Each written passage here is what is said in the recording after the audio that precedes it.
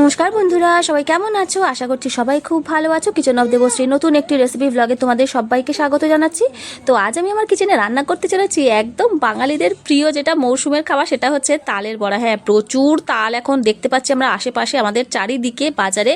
তো সামনেই জন্মাষ্টমী, তো সেই জন্য ভাবলাম তালের বড়া রেসিপিটা কিন্তু তোমাদের সাথে একবার অবশ্যই শেয়ার করি। যে বন্ধুরা আমার নতুন নতুন রান্না শিখছো, যারা পারো না, তাদের জন্যই কিন্তু বিশেষ করে আমার রেসিপিটা দেয়া। তো দেখো, তালের বড়া করা একদমই সহজ কিছুই না। এই যে তাল নিয়েছি, এই সাইজের একটা তাল নিয়েছি। তো এই যে ভালোভাবে ছাড়িয়ে নেবো তালটাকে। ছাড়িয়ে কিন্তু যে ঘষাতে আমরা যেটা গ্রেটারে যে গ্রেট করি না, পেঁয়াজ বা আদা রসুন বলো বা কোনো ফুটো থালা বা ঝুড়িও নিতে পারো, সেটার মধ্যে ঘষে ঘষে কিন্তু তালের সমস্ত পাল্পটা কিন্তু আমি বার করে নিয়েছি। নিয়ে কিন্তু একটা কাপড়ের সাহায্যে ছেঁকে নিয়েছি। তো প্রসেসটা লেন্দি হয়ে যাবে বলে তোমাদের সেটা শেয়ার করলাম না। তো নারকেল কেটে নিয়েছি, একটা নারকেল ভেঙে নিয়েছি আর কি। তো সেখান থেকে এক মালা নিয়ে নেবো। তো পুরোটা লাগবে না, যেহেতু তালের পরিমাণ অনুযায়ী আর কি নিতে হবে। তো দেখো, মোটামুটি ওই এক মালা নিলেই কিন্তু এই পরিমাণ তালের মধ্যে যথেষ্ট। তো দেখো, নারকেলটা আমি নিয়ে নিচ্ছি। নিয়ে এর মধ্যে দিয়ে দেবো হচ্ছে সুজি।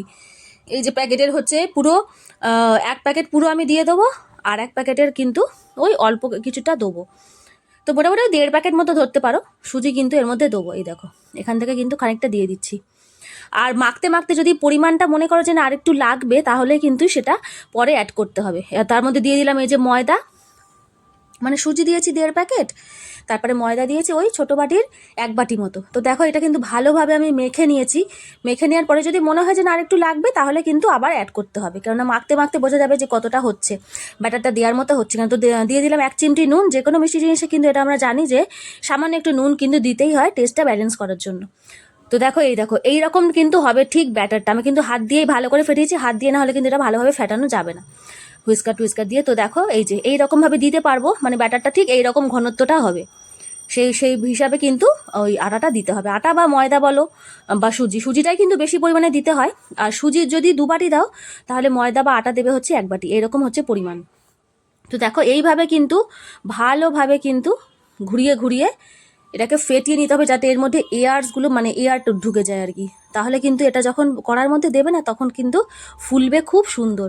আর যত ফুলবে না, তত কিন্তু নরম হবে জিনিসটা। সেই জন্য কিন্তু এই মানে ভালো করে ফেটাতে হয় আর কি। এই প্রসেসটা দেখালাম যে ঠিক এইভাবে কিন্তু ভালোভাবে নাড়ি নাড়ি কয়েকবার করে কিন্তু ফেটিয়ে নেবে। তো কড়ার মধ্যে সাদা তেল গরম করতে অলরেডি বসিয়ে দিয়েছিলাম, তেল কিন্তু গরম হয়ে গেছে। তো তার মধ্যে দেখো, ঠিক এইভাবে হাতে করে তুলে কিন্তু এরকম ছোট্ট ছোট্ট করে ফুলুরির মতো করে কিন্তু দিয়ে দিচ্ছি। দেখো, বড়া যেরকম আমরা ভাজি না, ডালের বড়া টড়া, ঠিক সেরকম কিন্তু ছোট্ট ছোট্ট করে কিন্তু তেলের মধ্যে দিয়ে দেবো। আর জন্মাষ্টমী আসছে সামনে, তালের বড়া তো আমাদের অবশ্যই করতে লাগবে ঠাকুরের জন্য। আর তালের মরশুমে তালের বড়া খাবো না, এ কি আর হয় বলো? তালের বড়া তো চলতেই থাকবে এখন। তালের বড়া, তালের ক্ষীর, অনেক রকমের কিন্তু তালের রেসিপি হয় আর কি। তো দেখো, কিছু রেসিপি তোমাদের সামনে অবশ্যই কিন্তু তোমাদের সাথে আমি শেয়ার করব। তো দেখো, মাঝখানে যেগুলো দিয়েছিলাম সেগুলো কিন্তু আগে হয়ে গেছে ভাজা। তো সেগুলো কিন্তু এরকম উল্টে উল্টে দিচ্ছি, কারণ ওগুলো আগে দিয়েছি। আর যখন মানে যেহেতু গ্যাসের ফ্লেমটা তখন মানে বাড়ানো ছিল, তারপরে কিন্তু অবশ্যই লো টু মিডিয়াম করে দিতে হবে, তা নাহলে কিন্তু এটা ভেতরটা কিন্তু কাঁচা থেকে যাবে। একদম যদি হাইতে দিয়ে ভাজো, তো ভেতরটা কাঁচা থাকবে আর বাইরেটা কিন্তু হয়ে যাবে। সেই জন্য কিন্তু মিডিয়াম টু লো করে কিন্তু ভাজতে হবে। তারপর বুঝে বুঝে কিন্তু যখন নামানোর সময়, তখন কিন্তু অবশ্যই গ্যাসের ফ্লেমটা আবার হাই করে দিতে হবে। এরকম করে বুঝে বুঝে কিন্তু গ্যাসের ফ্লেমটা আমাদেরকে চেঞ্জ করতে করতে ভাজতে হবে আর কি। এটা তো দেখো, এগুলো কিন্তু আমার ভাজা হয়ে গেছে, এগুলো আমি অলরেডি তুলে নিচ্ছি। তো দেখো, এই যে পুরোপুরি যেগুলো আগে হচ্ছে সেগুলো তুলে নিয়েছিলাম আগে। তো তারপরে দেখো, এটা কিন্তু পুরোপুরি কমপ্লিট। কিন্তু ফার্স্ট ব্যাচ আমার ভাজা হয়ে গেল।